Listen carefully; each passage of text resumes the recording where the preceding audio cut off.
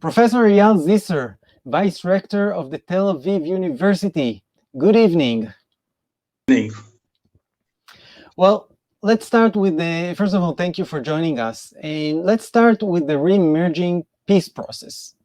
Were you surprised by Prime Minister Netanyahu's announcements about making the relationship between Israel and the United Arab Emirates official? Yes, I have to admit that I was surprised because the conventional wisdom, the common wisdom was that, yes, the Gulf states are eager to cooperate, to deepen their secret security cooperation with and coordination with Israel, but that they will be very careful not to turn this, we can say alliance into something public. I mean, the idea was that as long as there is the conflict with the Palestinian and it is unsolved conflict, there can be no breakthrough in Israeli-Arab relations, and we were proven to be wrong once again. So what do you think changed their mind? Well, first of all, we were wrong. I mean, we who tried to read the Arab mind and the Arab political behavior. I mean, there were significant changes in the Middle East during the last decade, even the last 20 years. I mean, Israel is not anymore negligible and marginal player. It plays now a major role in the region politics.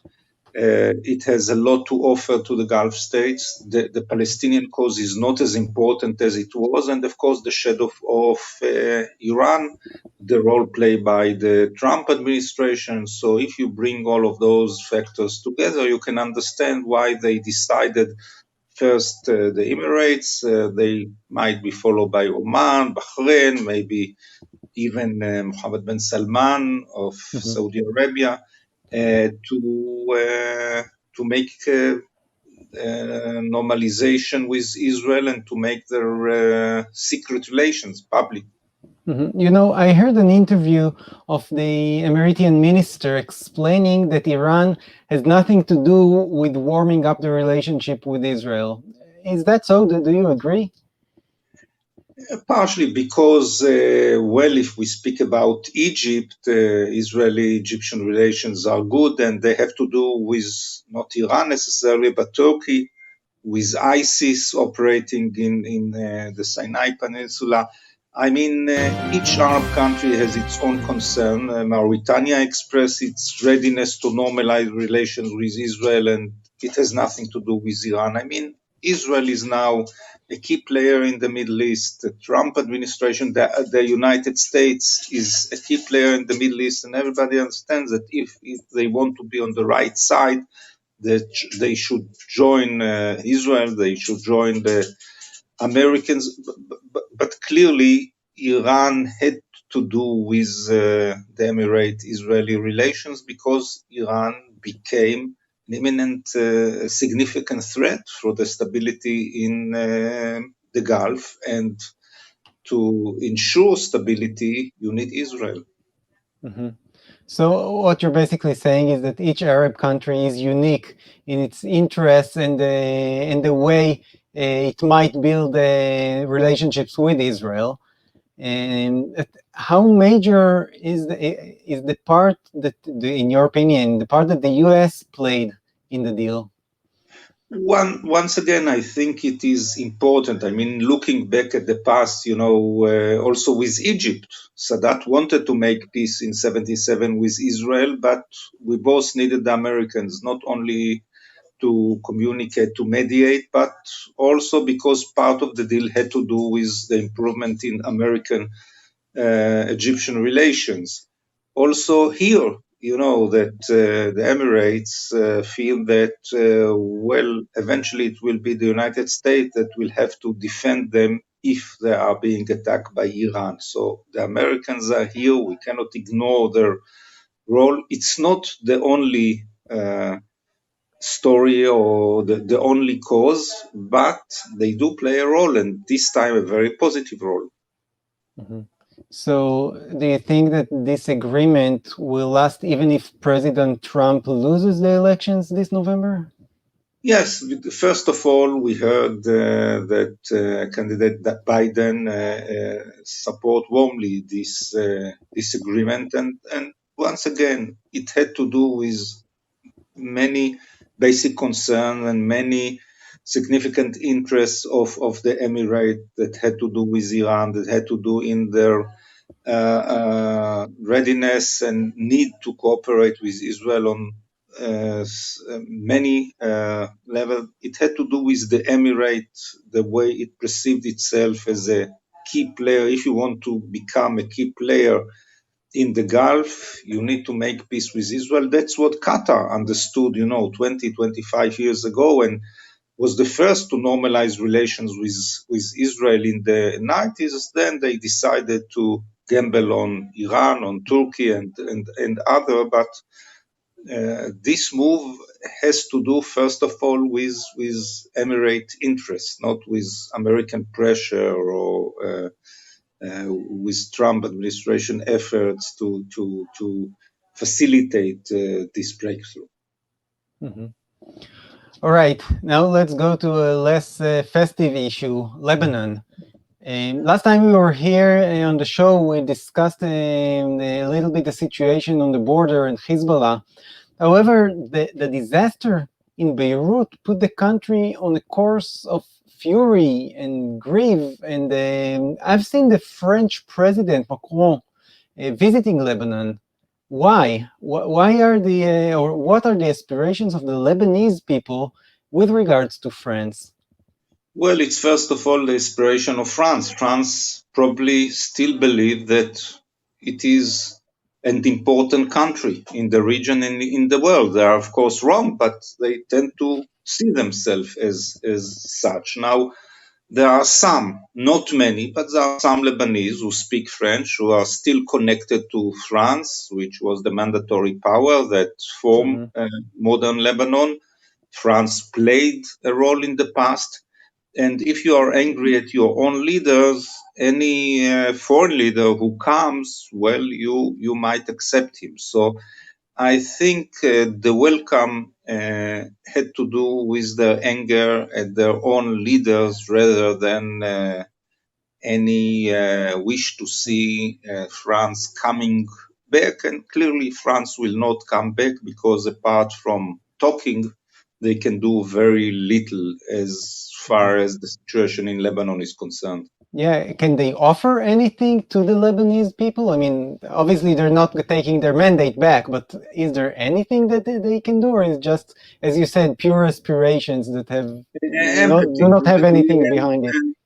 Well, they can express their empathy and solidarity, and they can, promise several millions of dollars, but the money is with the Saudis, with the Qataris, with the Americans, not with the French. And of course, the important thing in the Middle East, look at Putin, look at Russia. If you want to play a role, send your troops. And the French will not send their troops, of course, to Lebanon to ensure stability or to fight Hezbollah. So that's France. Yeah. That's very interesting, I must say. But now I saw that the prime minister resigned. What does it mean when he resigns? What does it mean from a constitutional point of view and from a, let's say, a popular point of view? Well, from the constitutional point of view, it has no meaning because, first of all, it is a transitional government, and then the president is the one that plays the role, and he can form a new government or choose someone that will, a new candidate to form a new government. I mean, the public anger. But the public anger is not at the prime minister necessarily. It's aimed at the political elite, the president, the prime minister, the ministers, deputies in the parliament, all political leaders that took role in Lebanon politics during the last 10, 20, actually the last century. Yeah, those are the same families, the same people in many of the cases. There is anger, and as in many other cases, the government resign. Maybe they will call early election, but it will not bring a dramatic change in Lebanon because, unfortunately, those youngsters who demonstrate in the street of Beirut in the election day will probably vote for the same corrupted politicians because it's all about communal identity, ethnic identity, commitment to the family and to the tribe. That's what Lebanon is all about, and that's why nothing will really happen in Lebanon in the future. Mm-hmm. And well, you mentioned that the re-elections is a possibility. Is another round of civil war a possibility just around the corner? Well, not necessarily, because here, when you look at the protest, it's not a protest organized by one community or one ethnic group or one family. Those are young people that are frustrated by the situation. They have no leaders, and most of the traditional leaders of Lebanon, the leaders of the ethnic and religious communities, are not interested in a war. Nobody has anything to earn from a war. So I suspect that some unrest, chaos, economic crisis, but not necessarily civil war. Mm-hmm. So in this situation, as an Israeli, I'm always concerned about some kind of an Islamic revolution that will happen in a country which is closer to us. Could an Islamic revolution propagate in this situation? No, because 25% of the population are Christians, and there is a division between Sunnis and Shiites who hate each other. So, Lebanon is a divided society.